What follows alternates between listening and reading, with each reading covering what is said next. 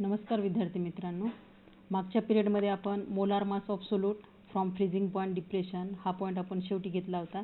त्याच्यामध्ये आपल्याला एक इक्वेशन मिळालं होतं m2 = 1000 kfw2 divided by delta tfw1. ह्या फॉर्म्युल्यावर आधारित खाली एक न्यूमेरिकल सॉल्व करून दिलेला आहे. तो न्यूमेरिकल मी तुम्हाला वाचून दाखवणार आहे आणि सॉल्व करून दिलेला आहे, तो घेऊयात आपण. प्रॉब्लेम नंबर आहे 2.8. न्यूमेरिकल आहे 1.02 gram of urea when dissolved in 98.5 gram of certain solvent decreases its freezing point by 0.211 kelvin.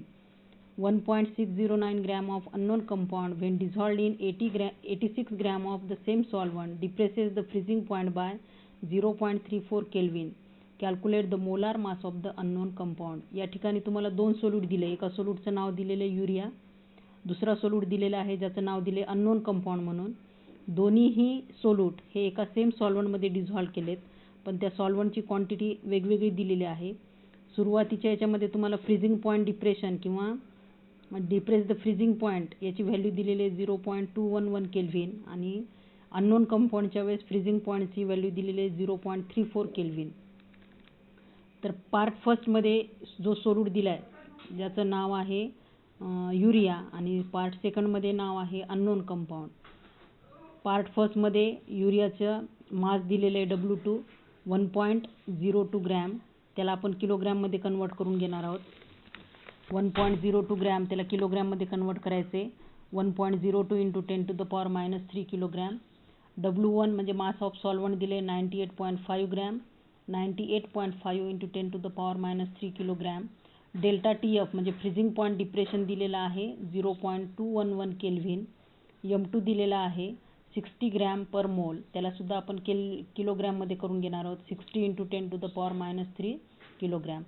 Part सेकंडमध्ये दिले आपल्याला एक अननोन कंपाउंड जो सोल्यूट आहे ज्याचं W2 म्हणजे मास ऑफ सोल्यूट दिलेले 1.609 ग्रॅम म्हणजेच 1.609 into 10⁻³ kilogram. W1 mass of solvent दिलेला आहे 86 ग्रॅम म्हणजेच 86 इंटू 10⁻³ किलोग्रॅम. डेल्टा TF दिलेल्या यावेळेस पार्ट सेकंडमध्ये 0.34 केल्विन आणि या ठिकाणी आपल्याला विचारले अननोन कंपाउंडचं मोलार मास म्हणजे M2 आपल्याला कॅल्क्युलेट करायचे. सुरुवातीला आपण पार्ट फर्स्टवरनं आपल्याला KF माहिती नाही आहे, तर KFची आपण व्हॅल्यू काढून घ्यायची ज्याला आपण म्हणतो क्रायोस्कोपिक कॉन्स्टंट KF. आणि हा कॉन्स्टंट दोन्ही पार्टमध्ये सारखा असणार आहे, म्हणून पार्ट फर्स्टवरनं अगोदर KFची व्हॅल्यू काढायची कारण बाकीच्या व्हॅल्यूज आपल्याला दिलेल्या आहेत. M2 दिलेलं आहे, TF दिलेलं आहे, W1 दिलेलं आहे आणि W2 दिलेलं आहे. KFची व्हॅल्यू काढून घ्यायची ज्याला आपण क्रायोस्कोपिक कॉन्स्टंट म्हणतो आणि ती KFची व्हॅल्यू पार्ट सेकंडमध्ये molar mass of unknown compound काढण्यासाठी यूज करायचं आहे. तर KF is equal to part फर्स्टमध्ये M2 इक्वल टू फॉर्म्युला आहे आपल्याकडे KFW2 divided by delta TFW1. तुम्हाला मी मागच्या वेळेस सांगितले होते तर 1000 न वापरता तुम्ही हा न्यूमेरिकल सॉल्व करू शकता. तर ते कशा पद्धतीने सॉल्व करायचं आहे. M2 इक्वल टू घ्यायचे KFW2 divided by delta TFW1. KF आपल्याला काढायचे आहे. KF इक्वल टू काय मिळेल आपल्याला formula M2 TFW1 divided by W2. या ठिकाणी आपण किमती ठेवून देऊयात. M2 आहे 60 इंटू 10⁻³ TF आहे 0.211. W1 आहे 98.5 इंटू 10⁻³ डिवायडेड बाय W2 आहे 1.02 इंटू 10⁻³. वरच्या यांचे लॉग घ्या, वरच्या लॉगची बेरीज करा, खालचा लॉग त्यामधनं मायनस करा. आपल्याला उत्तर मिळेल 1.223 इंटू 10⁻+3 10⁻³ कॅन्सल होतील म्हणजेच आपल्याला उत्तर मिळेल 1.223 केल्विन kg पर मोल. हे आपल्याला मिळाले काय KF म्हणजे क्रायोस्कोपिक कॉन्स्टंटची व्हॅल्यू. त्याच्यानंतर आपण पार्ट 2 घेणार आहोत. पार्ट 2 मध्ये तोच फॉर्म्युला वापरायचा आहे M2 is equal to KFW2 divided by delta TFW1. पण या ठिकाणी KFची जी व्हॅल्यू आपण पार्ट फर्स्टमध्ये काढलेली आहे ती KFची व्हॅल्यू या ठिकाणी वापरायची. म्हणजे M2 इक्वल टू मिळेल आपल्याला 1.223 इंटू W2 आहे 1.609 इंटू 10⁻³ डेल्टा TF आहे पार्ट सेकंडमध्ये अननोन कंपाउंडचा 0.34 आणि W1 आहे 86 इंटू 10⁻³ 10⁻³ कॅन्सल होतील. वरचा लॉग घ्या 1.223 इंटू 1.609 लॉगची बेरीज करा, खालचा लॉग त्यामधनं मायनस करा, त्यांचा अँटी लॉग घ्या. आपल्याला उत्तर मिळेल 6.728 इंटू 10⁻⁻². हे उत्तर आपल्याला मिळेल kg पर मोलमध्ये. त्याला आपल्याला ग्रॅममध्ये कन्वर्ट करायचं आहे, तर याला 6.728 इंटू 10⁻⁻², याला 10⁻+3 ने मल्टिप्लाय करा. ते उत्तर मिळेल आपल्याला ग्रॅम पर मोलमध्ये. म्हणजेच आपल्याला उत्तर मिळेल 67.28 ग्रॅम पर मोल.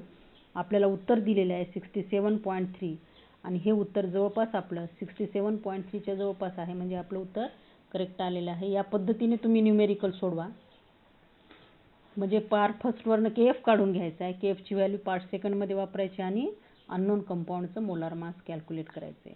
त्याच्यानंतर घेणार आहोत आपण चौथी कोलिगेटिव्ह प्रॉपर्टी जी आहे त्याचं नाव आहे osmotic pressure. that is denoted by the symbol pi. This osmotic pressure can also be used to determine the molar masses of dissolved solute in the solution.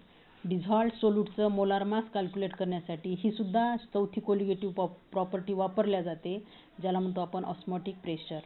Osmotic pressure पाहण्याच्या अगोदर त्याच्यामध्ये आपल्याला काही terms अगोदर घ्यायच्यात. What is mean by semi permeable membrane, what is the process of osmosis, आणि नंतर घेणार आहोत आपण osmotic pressure. Semi permeable membrane ही फर्स्ट टर्म यामध्ये आपल्याला घ्यायची. त्याची डेफिनेशन याप्रमाणे असेल.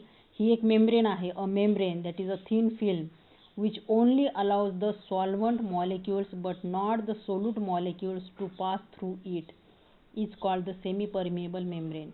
Semi-permeable membrane म्हणजे अशी एक मेम्ब्रेन असते किंवा थिन फिल्म असते ज्यामधनं फक्त पास होऊ शकतात सॉल्व्हंटचे मॉलिक्युल्स, आणि ती मेम्ब्रेन अलाउड करत नाही त्याच्यामधनं पास होण्यासाठी सोल्यूटचे मॉलिक्युल्स. अशा मेम्ब्रेनला म्हणायचं semi permeable membrane.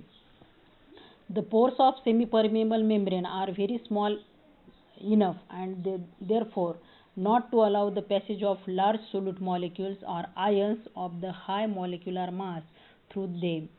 Semi-permeable membrane ही लार्ज सोल्यूटचे मॉलिक्युल्स असल्यामुळं किंवा ions of high molecular mass असल्यामुळं त्याच्यामधनं सोल्यूटचे मॉलिक्युल्स पास होऊ शकत नाहीत. That is they means semi permeable membrane selectively allows passage of only solvent molecules. Solvent molecules फक्त त्यामधनं पास होऊ शकतात. फॉर एक्झाम्पल तुमच्या पुस्तकामध्ये एक्झाम्पल दिलेले नाहीत. ह्याच्यात सेमी परमिएबल मेम्ब्रेनचं पहिले एक्झाम्पल आहे a thin film of copper ferrocyanide. Formula आहे त्याचा Cu2FeCN6. That is called copper ferrocyanide. It is an example of semi permeable membrane. Second example आहे सेल्युलोज. थर्ड एक्झाम्पल आहे सेल्युलोज नायट्रेट. चौथं example या ठिकाणी दिले animal bladders. These are the examples which are used as a semi-permeable membranes. त्याच्यानंतर घ्यायची आपल्याला what is the process of osmosis. Osmosis he process समजून घेण्यासाठी आपल्याकडे जे आपले कडधान्य असतात म्हणजे डाळी वगैरे ज्या कव्हरच्या फॉर्ममध्ये असतात, मूग मटकीसारखे, त्यांना आपण जेव्हा पाण्यामध्ये भिजत घालतो तर त्याचे वरचे जे कव्हर आहे ते कव्हर काय करते, सॉल्वंटचे मॉलिक्युल्स म्हणजे पाण्याला काय करतात, ॲब्झॉर्ब करून घेतात आणि स्वेल होतात, म्हणजे आकाराने ते काय होतात, फुगतात. त्याच्यामुळं काय होते, त्या ठिकाणी जी प्रोसेस होते सॉल्वंट मॉलिक्युल ॲब्झॉर्ब करून घेणे त्या प्रोसेसला म्हणतो आपण ऑस्मॉसिस. हे एक सोपी पद्धती आहे, पण या ठिकाणी आपल्याला ऑस्मॉसिस हे नेमकं का आहे, काय कन्सेप्ट आहे तो आपल्याला घ्यायचा आहे. When a solution and pure solvent or two solutions of different concentrations are separated by a semi-permeable membrane as shown in figure, the solvent molecules pass through the membrane. या ठिकाणी आपल्याला पेज नंबर 39 वर पुस्तकामध्ये diagram दिलेली आहे ऑस्मॉसिसची. यामध्ये पहिली जी diagram आहे त्याला म्हणूत आपण ऑस्मॉसिसची डायग्राम नंबर A आणि सेकंडला म्हणून डायग्राम नंबर B. या ठिकाणी ह्या दोघांच्या मध्ये ही जी मेम्ब्रेन दिसते याला नाव दिलेले पहा सेमी परमिएबल मेम्ब्रेन. ही मेम्ब्रेन या ठिकाणी दाखवलेली आहे. This is the membrane present between the two that is solvent and solution. ही सेमी परमिएबल मेम्ब्रेन प्रेझेंट आहे आणि या ठिकाणी फ्लो दाखवला आहे नेट फ्लो ऑफ सॉल्वंट. सॉल्वंटचे मॉलिक्युल सेमी परमिएबल मेम्ब्रेनमधनं सोल्युशनमध्ये पास व्हायला लागलेत. आणि सेकंड डायग्राम B डायग्राममध्ये ऑस्मॉसिस प्रोसेस दाखवली ज्या ठिकाणी सोल्युशन ऑफ लोअर कॉन्सन्ट्रेशन आहे आणि सेकंड कंपार्टमेंटमध्ये घेतलेले सोल्युशन ऑफ हायर कॉन्सन्ट्रेशन. या ठिकाणी net flow of solvent molecules होते solution of lower concentration towards the solution of higher concentration through the semi permeable membrane. या ठिकाणी दोन्ही डायग्राम दिलेले आहेत ऑस्मॉसिसमध्ये. फिगर नंबर आपण याला A म्हणूत, याला आणि B म्हणूत. या पहिल्या फिगरमध्ये सोल्युशन आणि सॉल्व्हंट ह्यांना सेपरेट केले सेमी परमिएबल मेम्ब्रेनने, आणि सेकंड फिगर बी मध्ये ऑस्मॉसिसचीच फिगर आहे ही सुद्धा. याच्यामध्ये दोन सोल्युशन्स घेतलेत, पण एक सोल्युशन आहे लोअर कॉन्सन्ट्रेशनचं, एक सोल्युशन आहे हायर कॉन्सन्ट्रेशनचं, आणि त्यांना सेपरेट केले सेमी परमिएबल मेम्ब्रेनने. या दोन्ही ठिकाणी जी प्रोसेस घडते that is the process of osmosis. The passage of solvent molecules through the semi-permeable membrane takes place in both directions. दोन्ही डायरेक्शनने सॉल्व्हंटचे मॉलिक्यूल या साईडकडनं त्या साईडकडनं पास होतात, परंतु since solvent is on the both sides of the membrane, however the rate of passage of solvent molecules into solution or from solution of lower concentration to the solution of higher concentration is found to be greater than the rate in the reverse direction. म्हणजे या ठिकाणी diagram जी दाखवलेली आहे, दोन्ही ठिकाणी सॉल्व्हंटचे molecule present आहेत.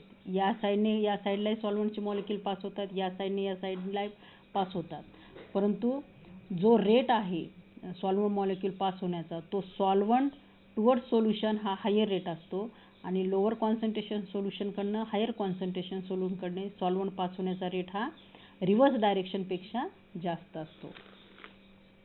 is found to be greater than the rate in the reverse direction. This is favorable since the vapor pressure of solvent is greater than that of the solution.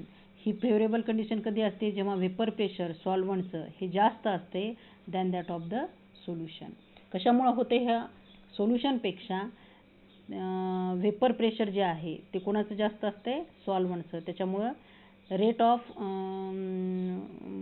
Passage of solvent molecules from solvent towards the solution is higher than in the reverse direction.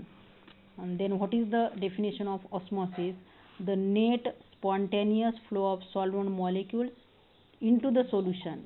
Net and spontaneous flow of solvent molecules into the solution or from solution of lower concentration to solution of higher concentration through the semi-permeable membrane is called osmosis. Osmosis म्हणजे काय मग?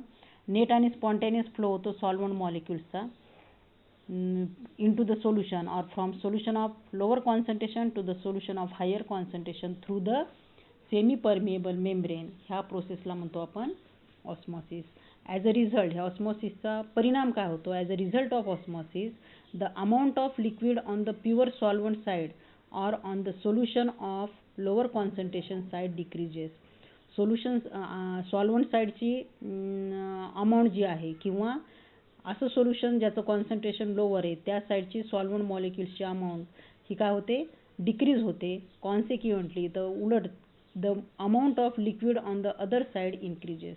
आणि दुसऱ्या साईडला जे आहे म्हणजे solution साईडला सॉल्व्हंट मॉलिक्युल्स जेव्हा सोल्युशनकडे पास होतात तेव्हा सोल्युशनची या ठिकाणी सॉल्व्हंट मॉलिक्युल्स जेव्हा सोल्युशनमध्ये पास होतात तेव्हा ह्याचा जे अमाऊंट आहे सॉल्व्हंटची ती कमी होते, परंतु याची अमाऊंट वाढते.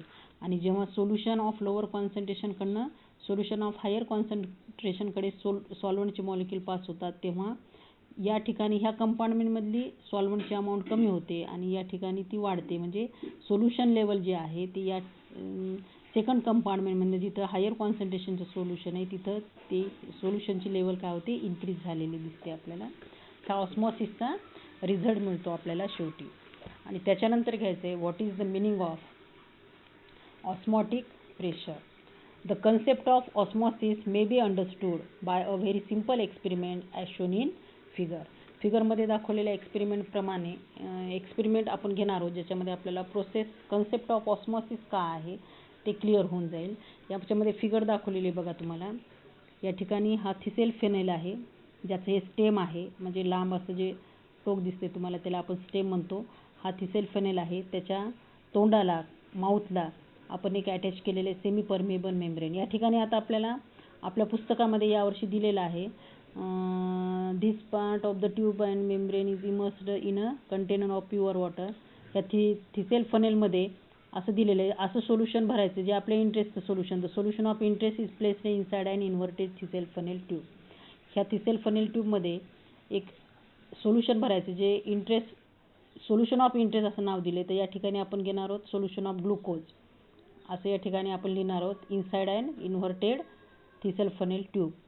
आणि हे tube with this semi-permeable membrane is immersed in a container, and that container containing a solvent that is called water.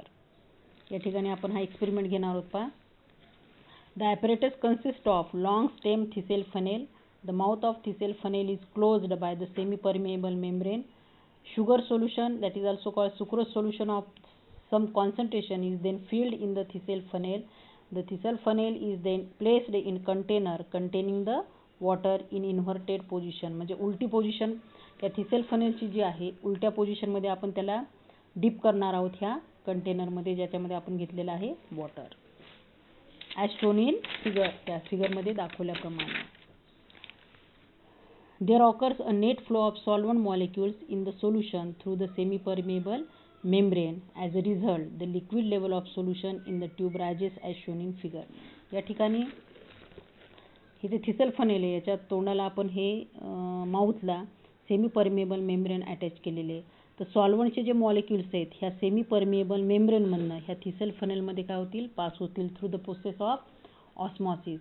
सुरुवातीचे याचं लेवल कमी असेल, परंतु जेव्हा ऑस्मॉसिस प्रोसेस सुरू होईल त्याच्यामधलं शुगर सोल्युशनचे जे लेवल आहे ते काय झाले, इन्क्रीज झालेले दिसेल आपल्याला. लक्षात.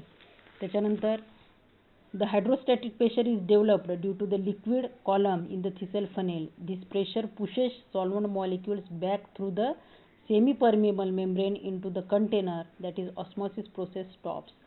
पण ऑस्मॉसिसची प्रोसेस जेव्हा सुरू होईल एका लेवलला आपल्याला ते इन्क्रीज झालेले दिसेल शुगर सोल्युशनचं लेवल ह्या थिसेल फनेलमध्ये.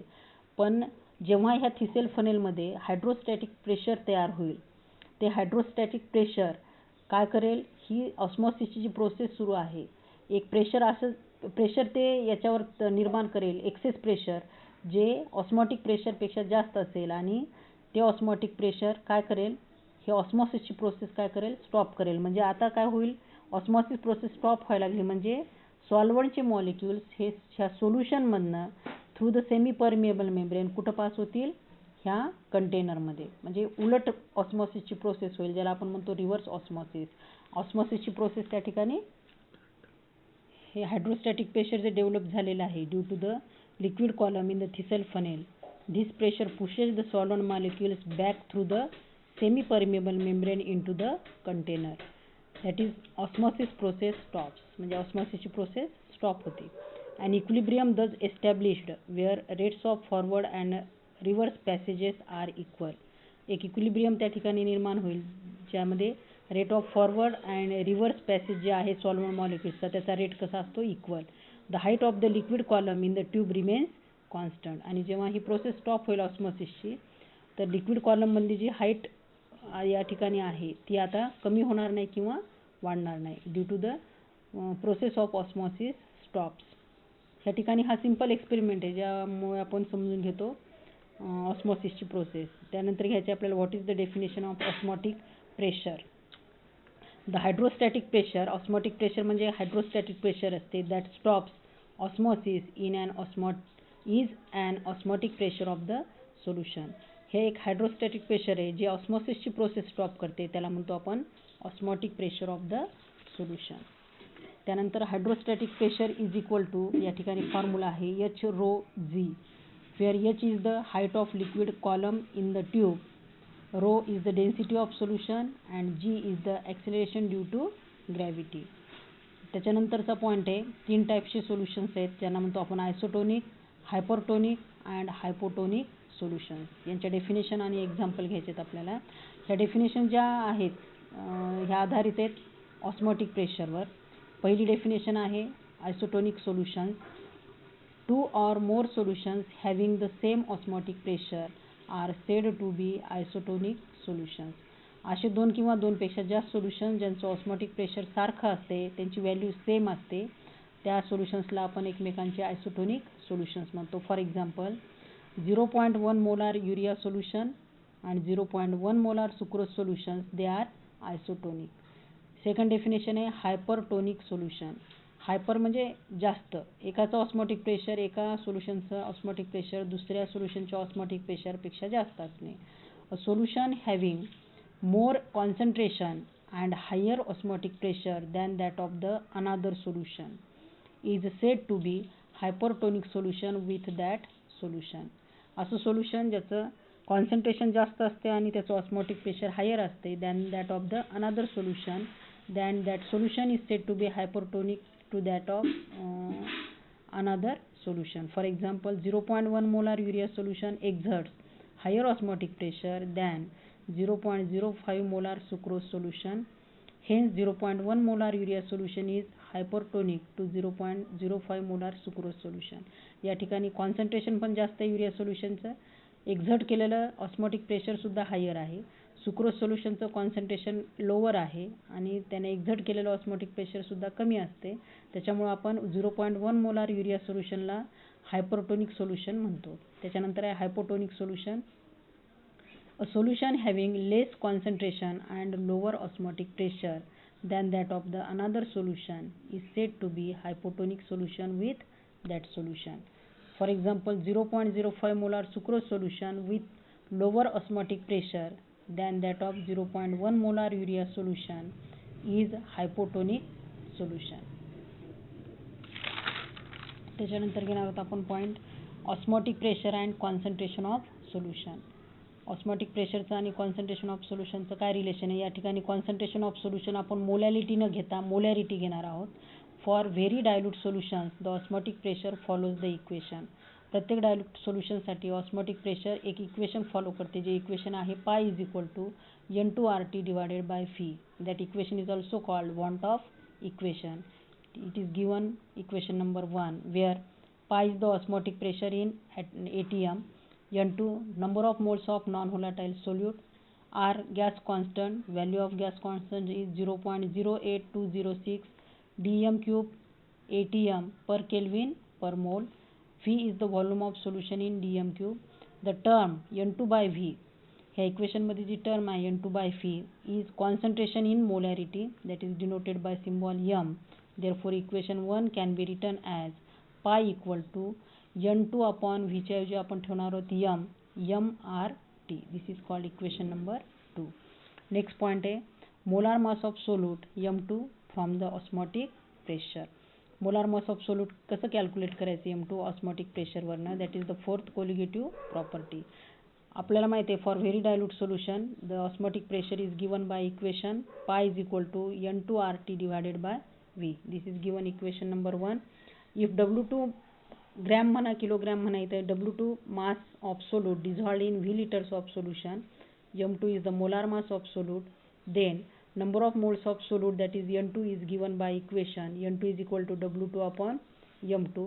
Put this value in equation 1. N2 ची किंमत या ठिकाणी ठेवल्यानंतर आपल्याला मिळेल pi equal to W2RT divided by M2 into V or M2 is equal to W2RT divided by पाय व्ही. ह्या इक्वेशनवरनं आपण molar mass of solute calculate करू शकतो फ्रॉम द ऑस्मोटिक प्रेशर.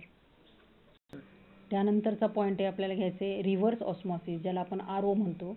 आपल्याकडे वॉटर प्युरिफायर जे असतात त्यामध्ये ही RO सिस्टीम असते. पहा, रिव्हर्स ऑस्मॉसिस प्रोसेसने सॉल्ट वॉटर जे आहे ते प्युरिफाय होते आणि फ्रेश वॉटर त्या प्युरिफायरमध्ये जमा होते, जे आपण पिण्यासाठी पाणी वापरतो. मग ह्याचं जे मेकॅनिझम आहे ते मेकॅनिझम म्हणजे काय आहे, ते ऑस्मॉसिसच्या उलट घडणारी ही प्रोसेस आहे, ज्याला म्हणतो आपण रिव्हर्स ऑस्मॉसिस. प्युरिफायरमध्ये जे रिव्हर्स ऑस्मॉसिसच्या उलट प्रोसेस होते आणि त्याच्या थ्रू काय होते, सॉल्टी वॉटर जे आहे ते फ्रेश वॉटरमध्ये कन्वर्ट होते, जे आपण पिण्यासाठी वापरतो. That is called reverse osmosis process. As mentioned earlier, osmosis is a flow of solvent through a semi-permeable membrane into the solution. हे आपण पाहिले ऑस्मोसिस म्हणजे काय, फ्लो ऑफ सॉल्वंट मॉलिक्युल्स असते through the semi-permeable membrane into the solution. The direction of osmosis can be reversed by applying a pressure larger than the osmotic pressure. Hydrostatic pressure जे तयार होते त्याच्यापेक्षा एक जास्तीचं प्रेशर जेव्हा आपण ह्या पिस्टनच्या साह्याने, हे पिस्टन या ठिकाणी दाखवलेले पिस्टनच्या साह्याने जेव्हा आपण ह्या सॉल्टी वॉटरवर एक जास्तीचं प्रेशर अप्लाय करतो, जे प्रेशर लार्जर आहे दॅन द ऑस्मॉटिक प्रेशरपेक्षा, तेव्हा या ठिकाणी रिव्हर्स ऑस्मॉसिस होते. The pure solvent then flows from solution into the pure solvent through the semi permeable membrane.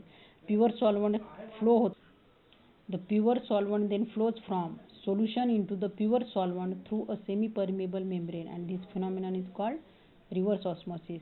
In figure 2.10 shows the schematic setup for reverse osmosis process. Fresh water and salty water are separated by a semi-permeable membrane. Semi-permeable membrane ने salty water आणि fresh water separate केलेला आहे. Separated by semi-permeable membrane. When the pressure larger than the osmotic pressure of solution is applied to the solution side, pure water from the salty water passes into the fresh pure water through a semi-permeable membrane. जेव्हा या ठिकाणी आपण pressure apply करतो, that pressure is greater than the osmotic pressure, यामधले जे सॉल्वंटचे molecules आहेत हे फ्रेश वॉटरमध्ये पास होतात आणि नंतर आपण हे फ्रेश वॉटर आउटलेट थ्रू आपण पिण्यासाठी वापरतो. That is the process of reverse osmosis. ह्या ठिकाणी नंतर पेज नंबर 41वर प्रॉब्लेम नंबर घेतलेला आहे 2.9. What is the molar mass of a solute if a solution prepared by dissolving 0.822 gram of it in 300 milli-dm cube of water has an osmotic pressure of 149 mmHg at 298 Kelvin.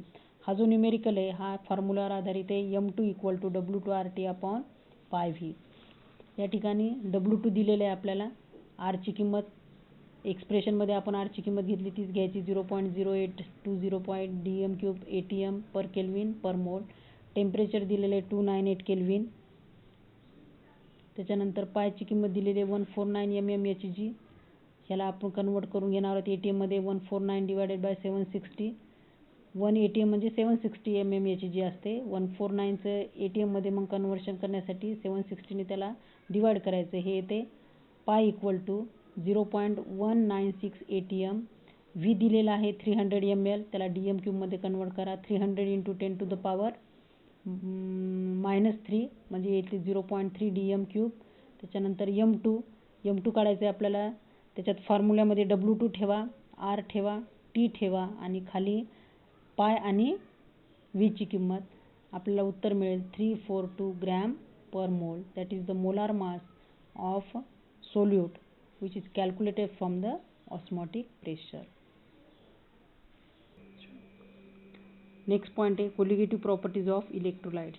आपण आतापर्यंतच्या ज्या colligative property पाहिल्या त्या non इलेक्ट्रोलाइट्सच्या होत्या, पण electrolytic सोल्युशनसुद्धा colligative property exhibit करतात. त्या कशा प्रकारे आपण घेऊयात. The study of colligative properties of electrolytes however require a different approach than that of colligative properties of non-electrolytes. Following are the experimental observations for the colligative behavior of electrolytes. इलेक्ट्रोलाइट्सच्या colligative प्रॉपर्टीचा अभ्यास केल्यानंतर काही experimental observations आढळून आले. ते खालीलप्रमाणे आहेत. Number 1, the solutions of electrolytes also exhibit colligative property which do not obey the reactions of non-electrolytes. Second, the colligative properties of the solutions of electrolytes are greater than those of the expected for solutions of non-electrolytes of the same concentration. जेव्हा आपण electrolyte आणि non electrolyte घेतो same कॉन्सन्ट्रेशनचे, पण इलेक्ट्रोलाइट्सच्या colligative प्रॉपर्टीची value ही greater असते than those of the non electrolytes. Third, the molar masses of electrolytes in the aqueous solutions determined by colligative properties are found to be considerably lower than that formula masses. Non electrolytes aqueous सोल्युशन्सवरनं जेव्हा आपण त्यांचे molar mass calculate करतो तर त्यांच्या values ज्या आहेत ह्या आपल्याला लोअर आढळून येतात than from the formula masses. Why the colligative properties of electrolyte solutions are greater than those of the non-electrolyte solutions of the same concentration? Recall that electrolytes dissociate into 2 or more ions when they dissolve in aqueous solutions. जेव्हा आपण इलेक्ट्रोलाइट्सला aqueous सोल्युशनमध्ये dissolve करतो म्हणजे वॉटरमध्ये, त्यांच्या आयन्सची संख्या वाढते म्हणजे पार्टिकल्सची संख्या, solute पार्टिकल्सची संख्या वाढते. Whereas non electrolytes do not dissolve in the water. Stated differently, one formula unit of electrolyte dissolved in water produces 2 or more ions. जेव्हा one formula unit of electrolyte आपण डिझॉल्व करतो वॉटरमध्ये त्यापासून 2 किंवा 2 पेक्षा जास्त आयन्स आपल्याला मिळतात. Consequently number of particles in solution increases.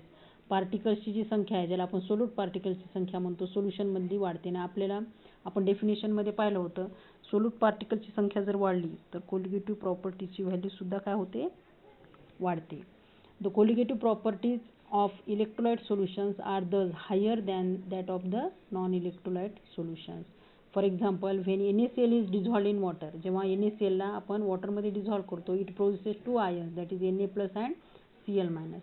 म्हणजे 1 मोल NaCl पासनं इथं पार्टिकलची संख्या 1 आहे, त्याच्यापासून आपल्याला 2 आयन्स मिळतात, म्हणजे पार्टिकलची संख्या वाढते. Whereas sucrose does not dissociate.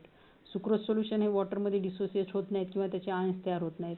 It is expected that the colligative property of 0.1 molar NaCl is twice than that of 1 molar sucrose solution. त्यामुळे 1 मोलार NaCl सोल्युशनची colligative प्रॉपर्टीची व्हॅल्यू ही दुप्पट असते कोणापेक्षा 0.1 मोलार सुक्रोज सोल्युशनपेक्षा, कारण NaCl वॉटरमध्ये डिसोसिएट होतो, त्याच्यापासून आयन्सची संख्या वाढते, solute पार्टिकलची संख्या वाढते.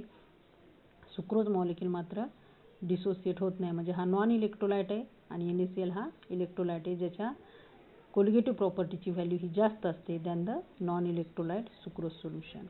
त्याच्यानंतर पेज नंबर 42 वरचा 2.11.1 वॉन्ट ऑफ फॅक्टर हा पॉईंट सिलेबसमधनं कमी केलेला आहे बोर्डाने. त्याच्यानंतर 2.11.2 modifications of expressions of colligative property हा सुद्धा पॉईंट कमी केलेला आहे. त्याच्यानंतर 2.11.3 हा सुद्धा पॉईंट सिलेबसमधनं कमी केलेला आहे बोर्डाने. त्याच्यानंतर पेज नंबर 43 वरचा प्रॉब्लेम नंबर 2.10, त्याच्यानंतर प्रॉब्लेम नंबर 2.11, त्याच्यानंतर प्रॉब्लेम नंबर 2.12 हा सुद्धा सिलेबसमधनं डिलीट झालेला आहे. त्याच्यानंतर प्रॉब्लेम नंबर 2.14 हा सुद्धा डिलीट झाला आहे, पण प्रॉब्लेम नंबर 2.13 हा प्रॉब्लेम आपल्याला सिलेबसमध्ये आहे. Which of the following solutions will have maximum boiling point elevation and which have minimum freezing point depression assuming the complete dissociation, असा हा न्यूमेरिकल आहे. याच्यामध्ये दिलेलं आहे 0.1 molar KCl solution, 0.05 molar NaCl solution, 1 molar AlPO3 solution and 0.1 molar MgSO4 solution. याचं solution सुद्धा तुम्हाला दिलेले आहे. Boiling point elevation and freezing point depressions are the colligative properties that depend on the number of particles in the solution. The solution having more number of particles will have the large boiling point elevation and that having less number of particles would have minimum freezing point depression. या ठिकाणी KCl याचं dissociation होते K+Cl मध्ये. Total particles in solution आहेत 0.2 molar. KClचं आपण 0.1 molar solution घेतले, K+0.1 molar, Cl- 0.1 molar. या ठिकाणी सोल्युशनमध्ये पार्टिकलची संख्या येईल 0.1 + 0.1 0.2 मोलार. त्याच्यानंतर NaCl डिसोसिएट होते, त्याचे Na+ आणि Cl- आयन्स, याचं मोलॅलिटी दिलेली आपल्याला 0.05 molar, 0.05 molar, Na+ 0.05 molar, Cl 0.05 molar. दोघांचं मिळून हे येईल 0.1 मोलारचं solution.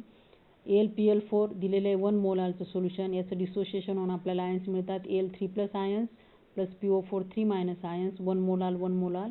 Total particles in solution मिळतील 1 + 1 2.0 मोल. MgSO4 डिसोसिएट होतो, it gives Mg2+ ions plus SO4 2- ions. MgSO4चं मोलॅलिटी दिलेले molar solution 0.1, Mg2+ ions 0.1, SO4 2- ions 0.1, 0.1 + 0.1 total आहे 0.2. AlPO4 solution contains highest moles and hence highest number of particles. AlPO4चं dissociation झाल्यानंतर 2.0 mole आपल्याला एवढे particles मिळाले, जे की हायेस्ट नंबर ऑफ पार्टिकल्स आहेत. And in turn the maximum delta TB, म्हणून पार्टिकलची संख्या जिथं जास्त आहे तिथं डेल्टा TB बॉइलिंग पॉईंट एलिव्हेशनची व्हॅल्यू जास्त असेल. NaCl solution has minimum moles of particles. तर NaClचे सगळ्यात कमी मोल्स पार्टिकल्स आहेत 0.1 mole. Therefore it has the minimum delta TF. Minimum delta TF म्हणजे फ्रीजिंग पॉईंट डिप्रेशनची व्हॅल्यू त्याची सगळ्यात कमी असेल. हे त्या प्रॉब्लेमचं सोल्युशन आहे. त्याच्यानंतर तुम्हाला हे एक्झरसाइज खाली मध्ये दिलेले जे प्रश्न आहेत ते सॉल्व करायचे आहेत. न्यूमेरिकल्स दिलेले आहेत ते सॉल्व करून बघायचे आहेत पेज नंबर 46 वरचे. हे सगळं तुम्हाला एका सेपरेट वहीमध्ये तुम्ही सॉल्व करून बघायचं आहे. त्याच्यानंतर तुम्हाला दिल्या जाईल त्याच्यावरचे ट्युटोरियलमध्ये सॉल्व करायचे क्वेश्चन्स.